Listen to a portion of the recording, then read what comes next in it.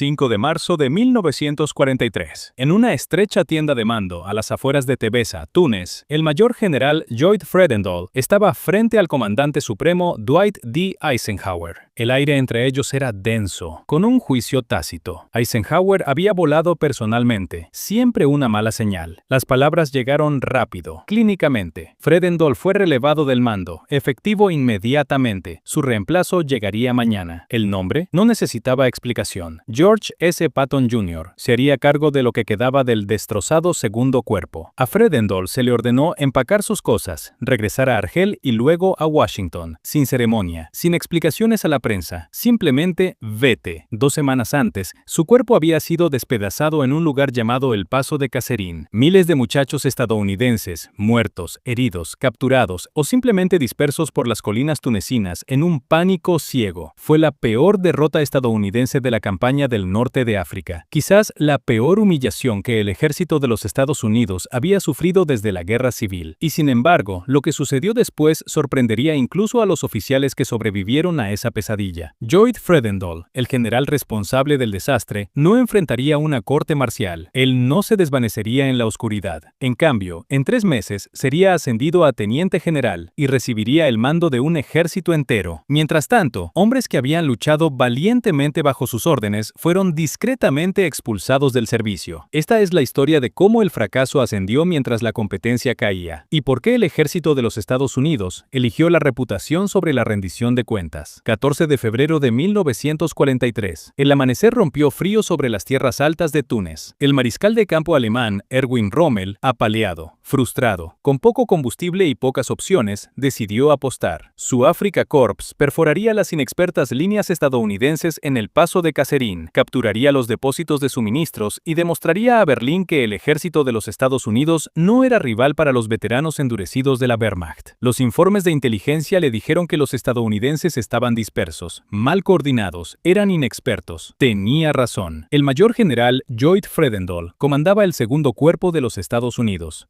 Responsable de defender un frente de 70 millas con aproximadamente 30.000 hombres. En papel, parecía manejable. En realidad, era una receta para la catástrofe. Sus unidades estaban dispersas en pequeños destacamentos a través de colinas yermas y valles estrechos. Las órdenes se contradecían entre sí. Las líneas de comunicación estaban enredadas. Había huecos en la línea defensiva lo suficientemente anchos como para conducir divisiones Panzer enteras, y eso es exactamente lo que hizo Rommel. Cuando los alemanes atacaron en esa fría mañana de febrero, las posiciones estadounidenses no aguantaron, se desintegraron. En cuestión de horas, los soldados novatos estaban abandonando tanques, tirando rifles, corriendo. Algunas unidades lucharon con un valor desesperado, otras simplemente se evaporaron. Para el 22 de febrero, las fuerzas de Rommel habían avanzado casi 50 millas en territorio aliado. Más de 6.000 estadounidenses fueron muertos, heridos o capturados. Cientos de tanques y vehículos, equipo desesperadamente necesario, fueron destruidos o abandonados en el desierto. Batallones enteros dejaron de existir como unidades de combate. Fue una desbanda, un desastre, y alguien tenía que responder por ello. Aquí está la cuestión sobre Lloyd Fredendall. Cuando sus hombres estaban muriendo en Kasserine, él no estaba allí. Su puesto de mando estaba situado entre 80 y 100 millas detrás de las líneas del frente. Según la mayoría de los relatos, lo más lejos que cualquier comandante de cuerpo se había posicionado jamás del combate activo. Mientras sus soldados cavaban trincheras poco profundas en el lodo congelado, tiritando en las noches tunecinas sin cobertura, Fredendall había ordenado a los ingenieros del ejército pasar más de 3 semanas dinamitando un búnker en roca sólida. Un puesto de mando digno de un asedio, seguro, cómodo, distante. Rara vez visitaba las unidades de vanguardia. En su lugar, daba órdenes por teléfono a comandantes que apenas conocía, hombres cuyos rostros nunca había estudiado, cuyas capacidades nunca había evaluado de primera mano. Liderazgo por control remoto. Cuando las cosas salieron mal, y salieron catastróficamente, Fredendall no tenía instinto para el terreno, no tenía tacto con sus unidades, no tenía una relación personal con los oficiales que más necesitaban su guía. El 20 de febrero, Eisenhower voló para evaluar la situación él mismo. La Lo que vio confirmó sus peores temores. Tropas desmoralizadas, estructura de mando caótica. Un general que parecía más preocupado por su seguridad personal que por los resultados en el campo de batalla. Eisenhower no necesitó una investigación formal. La evidencia estaba escrita con sangre en las colinas de Túnez. Fredendall tenía que irse inmediatamente. 6 de marzo de 1943. George S. Patton aterrizó en Túnez como una tormenta. Había estado al mando de las fuerzas en Marruecos cuando llegó la llamada de Eisenhower. Toma el mando del segundo cuerpo. Arréglalo. Rápido. Patton se crecía ante las misiones imposibles. Esta venía con el hedor de la derrota todavía flotando en el aire del desierto. A las pocas horas de llegar, Patton estaba en todas partes. Inspeccionó las unidades personalmente, estudiando rostros, haciendo preguntas, escuchando. Reemplazó a comandantes ineficaces sin vacilar. La disciplina regresó de la noche a la mañana. No por crueldad, sino por presencia. Los soldados lo veían. Llevaba su característico casco pulido, con sus pistolas de mango de marfil reluciendo a los costados. Era teatro y sustancia combinados. En 2 semanas, el segundo cuerpo volvía a funcionar como una fuerza de combate coherente. No perfecta, pero operativa. Patton había hecho en 14 días lo que Fredendall no pudo hacer en meses. Mientras tanto, el avión de Lloyd Fredendall despegó de Túnez el 8 de marzo. El vuelo a Washington duró 3 días, con escalas en Argel y Marruecos. Tuvo mucho tiempo para pensar, sobre Kasserine, sobre su carrera, sobre lo que vendría después. Una corte marcial parecía inevitable, una investigación como mínimo. Había supervisado la peor derrota estadounidense de la guerra. Seguramente habría consecuencias. 16 de marzo de 1943. Bowling Field, Washington, D.C. El avión de Fredendall aterrizó en suelo estadounidense. Bajó a la pista esperando la desgracia. En cambio, encontró una banda militar tocando, fotógrafos de prensa tomando fotos, un coche del Departamento de Guerra esperando en la pista, listo para llevarlo a reuniones con altos funcionarios. La declaración oficial de prensa lo describió como alguien que regresaba de un servicio distinguido en combate para asumir nuevas funciones en el país. ¡Servicio distinguido! Las palabras debieron parecerle surrealistas incluso a él. A puerta cerrada, el general George C. Marshall, jefe de Estado Mayor del Ejército, arquitecto de la expansión bélica de Estados Unidos, se enfrentaba a una elección imposible. Marshall había construido el ejército de Estados Unidos, pasando de menos de 200,000 hombres en 1939 a millones en 1943. Había ascendido a Fredendall basándose en su desempeño en tiempos de paz y en sus conexiones personales. Ahora, esa decisión parecía desastrosa. Llevar a Fredendall a una corte marcial expondría el propio juicio erróneo de Marshall. Provocaría investigaciones del Congreso sobre por qué el ejército había estado tan desprevenido en el norte de África. Destrozaría la confianza del público en un momento crítico de la guerra. Así que Marshall eligió el otro camino, el camino silencioso. Fredendall sería reasignado a un mando de entrenamiento en el país, lejos de los reporteros y los comités del Congreso. Su fracaso sería enterrado en lenguaje burocrático y órdenes de reasignación. E increíblemente, sorprendentemente, su ascenso a teniente general procedería según lo planeado. 1 de junio de 1943, Washington, D.C. Una ceremonia militar formal. Lloyd Fredendall se puso firme mientras el general George C. Marshall personalmente prendía una tercera estrella en su uniforme. Teniente general, el mismo rango que tendría George Patton, el mismo rango que el hombre que había salvado el desastre de Fredendall en Túnez. Las cámaras destellaban. Los funcionarios aplaudían. En algún lugar del norte de África, los oficiales que habían luchado en el paso de Kasserine escucharon la noticia y no podían creerlo. El mayor general Orlando Ward había comandado la primera división blindada bajo el mando de Fredendall en Kasserine. Él había advertido a su superior que los planes defensivos eran desastrosos. Había protestado contra órdenes que no tenían sentido táctico. Sus objeciones fueron ignoradas. Cuando llegó el ataque alemán, Ward luchó valientemente con lo que tenía. No fue suficiente. Más tarde, Patton relevó a Ward del mando, no por cobardía, sino por circunstancias que estaban en gran medida fuera de su control. La carrera de Ward estaba efectivamente terminada. Fredendall obtuvo un ascenso y un nuevo mando. El patrón era imposible de ignorar. Los oficiales sin conexiones políticas se enfrentaban al despido por errores en el campo de batalla que no eran del todo su culpa. Los oficiales con las relaciones adecuadas, como Lloyd Fredendall, eran protegidos, recompensados, ascendidos. La familia de Lloyd Fredendall tenía raíces profundas en la clase política de Wyoming. Wyoming. Su padre había sido mentorado por el senador Francis E. Warren, uno de los hombres más poderosos de Washington y suegro del general John J. Pershing, el legendario comandante de las fuerzas estadounidenses en la Primera Guerra Mundial. Pershing, a su vez, había sido el mentor de George Marshall. Las conexiones formaban una red demasiado delicada para cortarla, demasiado valiosa para ignorarla. Para Marshall, humillar públicamente a Fredendall habría significado antagonizar a figuras poderosas, abrir heridas dentro de la red de influencias del ejército e invitar al escrutinio de su propia toma de decisiones. Así que eligió la preservación institucional por encima de la responsabilidad individual. El ascenso de Fredendall sirvió para varios propósitos. Evitó audiencias en el Congreso, protegió la credibilidad de Marshall y dio la señal al cuerpo de oficiales de que la lealtad y la discreción importaban tanto como el desempeño en el campo de batalla. Fredendall pasó el resto de la Segunda Guerra Mundial al mando del Segundo Ejército en Memphis, Tennessee, un mando de entrenamiento, seguro y lejos del combate. Su desempeño fue competente, pero nada del otro mundo. Entrenó divisiones que irían a luchar en Europa y el Pacífico. Esas divisiones se desempeñaron bien. Su comandante siguió siendo una nota al pie. Lloyd Fredendall se retiró en 1946 con el rango de teniente general, registrado oficialmente como un distinguido veterano de combate. La narrativa pública del ejército nunca cambió, pero privadamente los veredictos fueron duros e inequívocos. Omar Bradley escribió más tarde que el relevo de Fredendall estaba completamente justificado. Los diarios personales de Patton describieron sus disposiciones de mando como las peores que he visto jamás. Las memorias de Eisenhower calificaron la decisión de destituirlo como una de las más claras de la guerra. Ninguna de estas evaluaciones apareció hasta después de que terminó la guerra, cuando las reputaciones ya no podían ser dañadas y las carreras ya no podían ser descarriladas. A finales de la década de 1950, el propio Marshall reconoció la incómoda verdad. En conversaciones privadas y entrevistas posteriores, defendió su decisión de ascender a Fredendall no como una recompensa por méritos, sino como un acto de protección institucional, necesario, argumentó, para preservar la confianza del público y ocultar la temprana falta de preparación del ejército. Lloyd Fredendall vivió tranquilamente en California después de su jubilación. Dio pocas entrevistas, no escribió memorias, no buscó publicidad. Murió en 1963 a la edad de 79 años, en gran parte olvidado por una nación que había pasado a celebrar a sus héroes. La historia recordó a Patton, Bradley, Eisenhower. Fredendall se convirtió en un caso de estudio, en una lección cautelar que se enseña en las academias militares sobre lo que sucede cuando la política pasa por encima de la responsabilidad. El paso de Kasserine enseñó al ejército de los Estados Unidos lecciones brutales sobre liderazgo, preparación y el costo del fracaso, pero también reveló algo más oscuro, que la supervivencia institucional a veces importa más que la justicia, que los hombres que toman las decisiones raramente son los que pagan el precio, que el valor en el campo de batalla no siempre se traduce en valor en los pasillos del poder. El ascenso de Lloyd Fredendall sigue siendo una de las decisiones de personal más controvertidas de la Segunda Guerra Mundial, no porque fuera ilegal, sino porque fue conveniente. El ejército eligió su reputación sobre la responsabilidad, eligió la política sobre los principios, y miles de soldados que lucharon y sangraron en el paso de Kasserine nunca supieron que el hombre responsable de su sufrimiento ascendería mientras otros caían. Esa es la verdadera sorpresa, no que ocurriera el fracaso, la guerra garantiza el fracaso, sino que el fracaso fuera recompensado mientras la competencia era castigada. Y la institución que exigió tanto sacrificio a sus soldados no pudo reunir el valor para exigir a sus propios líderes el mismo estándar.